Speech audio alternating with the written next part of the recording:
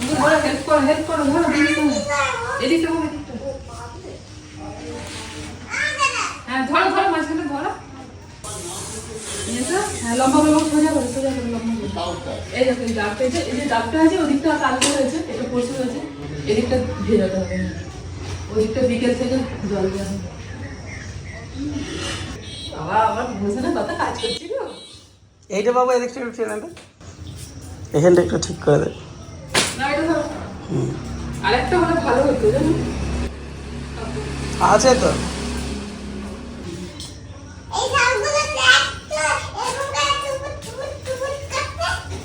না না দাদা হ্যাঁ করো হ্যাঁ হেল্প করো গেলো বাহ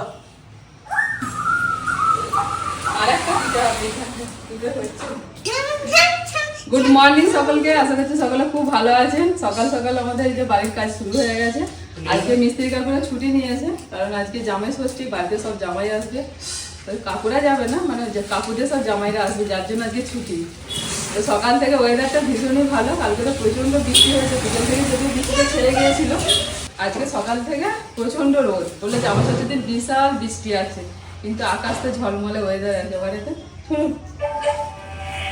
কাকুরা কালকে যাওয়ার সময় বলে গেল যে বৌমা কাপড় ভিজিয়ে আর এখানে ভালো করে পেতে দেবে এইদিকে নয় ওই দিকে এই দিকটা আজকে নামা যাবে না হ্যাঁ না ভাঙছে না কিন্তু দাগ হতে পারে ওই জন্য তো বারণ করেছে দেখিস না এটা বুবু পালিয়ে আসছে এইদিকে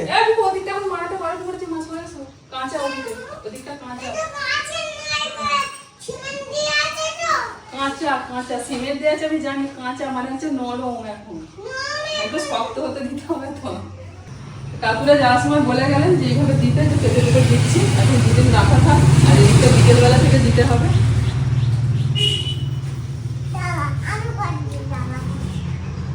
বুবলু সারা স্কুলে গিয়েছিল এই মাত্র স্কুল থেকে ফিরলো মানে সকাল সকাল ছুটি দিয়ে দিয়েছে বর্ণিতা আজকে যায়নি সকালবেলা উঠে শরীরটা ভালো লাগছিল না ওই জন্য আজকে যায়নি বর্ণিতা হ্যাঁ ঘুমিয়ে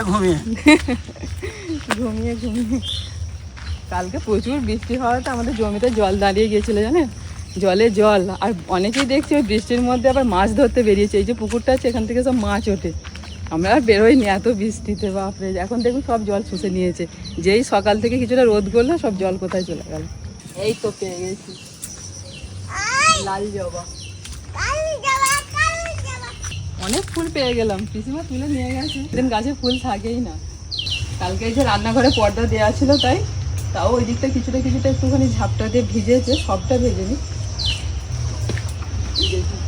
তিন দিকটা পর্দা দেওয়া ছিল সামনের দিকটা দেওয়া নেই সামনের দিকটা ফাঁকা রেখে দিয়েছে এইগুলো হালকা ভিজেছে না হলে তো মানে পুরোটাই ভিজে যেত আর এটার অবস্থা দেখুন পুরো চোগলা উঠে গেছে আবার একে দুদিন ধরে মেরামত করতে হবে তবে ঠিক হবে তবে রান্না বান্না করা যাবে এই যে হালকা এসেছে যেগুলো ভিজেছে দেখো ফুলে গেছে দিয়ে জল পেয়ে যেই ভিজেছে ফুলে গেছে ওগুলো আবার চেঁচে তুলে মাটি দিয়ে আবার নতুন করে ঠিক করতে হবে নাহলে চোগলা উঠবে মাটির ঘরের এই হচ্ছে অসুবিধা একটু জল পড়লে সেই জায়গাটা ফুলে পুরো চোগলা উঠে যাবে আবার নতুন করে তুলে নতুন করে চেঁচে ছুলে মাটি দিয়ে আবার ঠিক করতে হবে এই যে মেনটেনেন্সের ব্যাপারটা যার জন্য মাটির ঘর আস্তে আস্তে হারিয়ে যাচ্ছে হবে না করে গাছে অনেকগুলোই আম হয়েছিল টুকটুক করে পেরে নিয়ে যাওয়া হচ্ছে আর খাওয়া হচ্ছে আমগুলো তো জামাই ষষ্ঠীর জন্য বেশ কিছু আম পেরে নিয়ে গিয়ে বাড়িতে রাখা হয়েছিল সেগুলো একটু নরম হয়ে গেছে আবার বাবা আম কিনেও নিয়ে এসেছেন এই দেখুন এই আমগুলো এখনো শক্ত হালকা কালার এসেছে এই দুটো চারটে করে পাড়া হচ্ছে আর খাওয়া হচ্ছে কারণ একবারে পেরে নিয়ে চলে গেলে নষ্ট হয়ে যাবে এই কটা আছে আমি ভাবছিলাম যে কালকে হয়তো পড়েছে নাকি দেখছি পড়েনি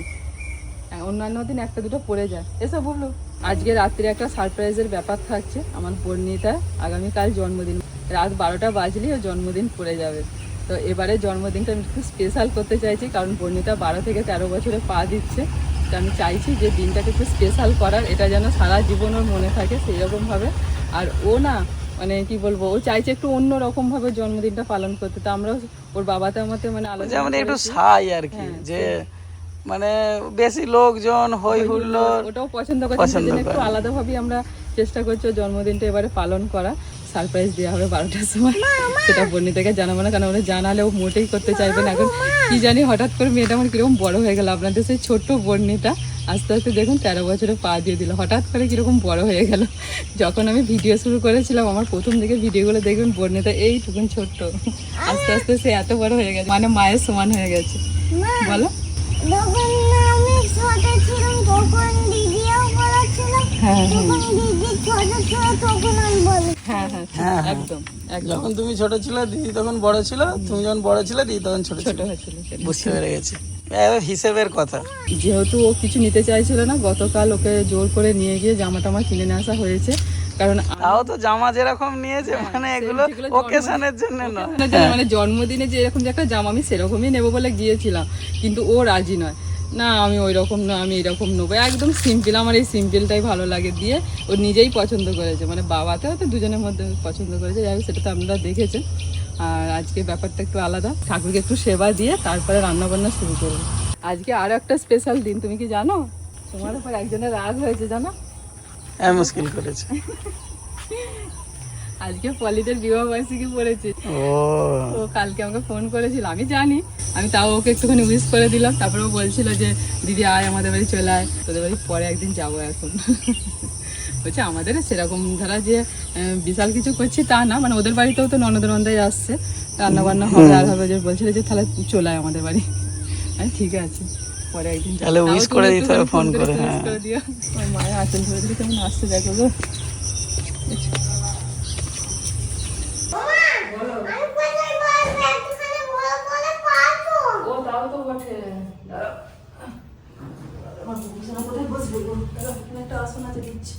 সকাল থেকে আমাদের ঠাকুর ঘরে একটুখানি চাপাচাপি থাকে, মা পিসিমা বাবা। মা পুজো করেন, বাবা একটুখানি ঠাকুরকে জল দেন, পিসিমা হচ্ছে ঠাকুরের কাছে একটুখানি মন্ত্র জপ করেন, গুরু মন্ত্র। তো এই সময় একটু ফাঁকা হয়, এবার আমার পালা। আজকে হয়ে গেল আমাদের 7 থেকে 8 বছর বাড়ি, কিন্তু আমরা এখনো মনে হচ্ছে না কিছু কমপ্লিট করে উঠতে পারিনি। ঠাকুর ঘরটা হয়েছে কিন্তু ঠাকুর ঘরটা সাজিয়ে উঠতে পারিনি। আমার খুব ইচ্ছে ঠাকুর ঘরটাকে একটু সুন্দর করে সাজানো, মানে সুন্দর করে একটুখানি ডেকোরেশন করার, তো দেখা যাক কি হয়। মানে এই উঠোনের কাজটা কমপ্লিট হলে এখনো বারান্দার গ্রিলটা বাকি আছে, ঠাকুর ঘরটা বাকি আছে, পুরো বাড়ি রং আছে। দেখা যাক কত বছরে আস্তে আস্তে করে করতে পারি, তবে ঠাকুর ঘরটা খুব করবো তাড়াতাড়ি।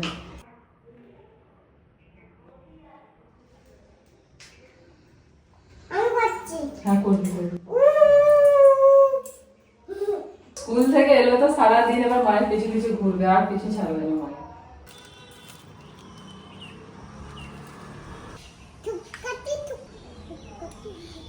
চলো এখানটাও ঠিক হবে, দেখুন এই যে গর্ত খোলা আছে, এখানটা নতুন করে ইট পেতে নতুন করে ঢালা হয়ে সুন্দর করে এখানটা করা হচ্ছে। চল হয়ে যাচ্ছে এই, আমাকে প্রসাদ দাও। দিয়ে প্রসাদ খাও। হ্যাঁ মা খা, তুমি খাও। কিছু মশাই আসবে, কল্যাণ দাদা আসবে। না, খুব ভালো লাগবে তো। হ্যাঁ রাখো না তুমি খাও।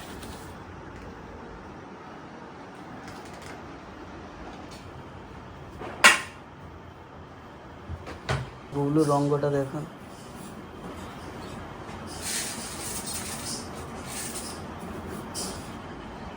বুবলুর মনে হচ্ছে জোর খিদে পেয়ে গেছে। বুবলু কার জন্য নিচ্ছ মুড়ি? আমার মায়ের জন্য আর আমার জন্য। তোমার মায়ের জন্য আর তোমার জন্য? ও দেখিস না, মায়ের জন্য আর তোমার জন্য মুড়ি নিল, দেখো থালা নিয়ে এসে। আমি যাচ্ছি। মা দেখো গ্রাম থেকে নিজে মুড়ি নিয়ে নিয়েছে। বুবলু স্কুলে গেছিল, ওকে বিস্কুট দিয়েছিলাম, কিছু বিস্কুট বাঁচিয়ে নিয়ে এসেছে পাখিদের দেবে বলে। এরকম ছাদেতে দিয়ে রাখি, সব পাখিগুলো আসে আর খায়। ডাল চাল আর বিস্কুট। পাশে একটু জল দিয়ে রেখে দিলাম, জল গরম হয়ে যাবে, মাঝে মাঝে এসে আবার একটু চেঞ্জ করে দিই, আমি জলটাকে পাল্টে দিই। আর ওতে জল দেন, ওতে জল দেন, ওগুলো শুকনো থাকলে ওরা খেতে ভালোবাসে বাবা, যত শুকনো থাকবে দেখবে একটু পরে আসবে সবাই। দেখি কটা জামা কাপড় শুকালো। কালকে তো সব জামা কাপড় ভিজে ছিল, একটু বৃষ্টির জন্য আর শুকোয়নি। আজকে সকালবেলা রোদ দিয়েছে, ছাদ ভর্তি জামা কাপড় হয়ে গেছে। আমাদের বাড়িতে যা মেনু হচ্ছে সেটা হচ্ছে সব মায়ের ঠিক করা, ঠিক আছে, কিন্তু এখন বলা যাবে না। এটা পরে বলবো। অদ্ভুত ব্যাপার, অদ্ভুত ব্যাপার, এখন বলা যাবে না, সিগারেট। জেনে নিয়েছি জেনে কি নিয়েছো? হচ্ছে, জেনে নিয়েছি। জেনে নিয়েছো তো? হুম। আজকে হচ্ছে মাছের থালি।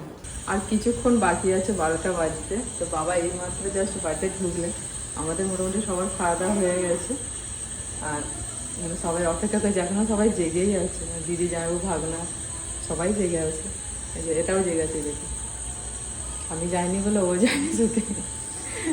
প্রচণ্ড ঘুম পেয়ে গেছে এখন। এতক্ষণ আমরা সব শুয়ে পড়ি মোটামুটি 11টার মধ্যে, 10:30 11টার মধ্যে শুয়ে পড়ি।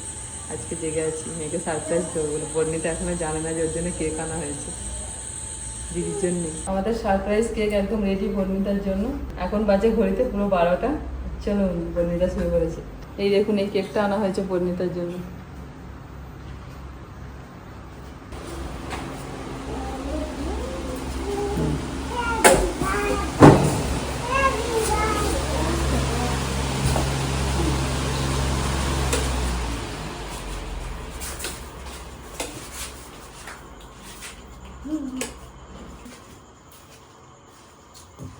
Surprise, happy birthday. দেখ, বোন থেকে হ্যাপি বার্থডে উইশ করে বলে, দেখো না সারপ্রাইজ। বোন এখনো জেগে আছে। না, কেকটা কেটে ফেলো। এটা মতো দাও। বোন জেগে আছে আর হ্যাপি বার্থডে কখন থেকে বলছে, তোমার হচ্ছে না বাবু দাও। Happy birthday to you Barnita. না, কেক কেটে ফেলো। Happy birthday to you Barnita. বলো happy birthday to you, happy birthday to you, happy birthday to you Barnita, happy birthday to you. আমাদের বর্ণিতা 13 বছরে পা দিল। দেখতে দেখতে কতদিন হয়ে গেল আর হ্যাঁ। মনি হচ্ছে না। খালি লম্বা হয়ে যাচ্ছে খরচ ঠেঙা বলো।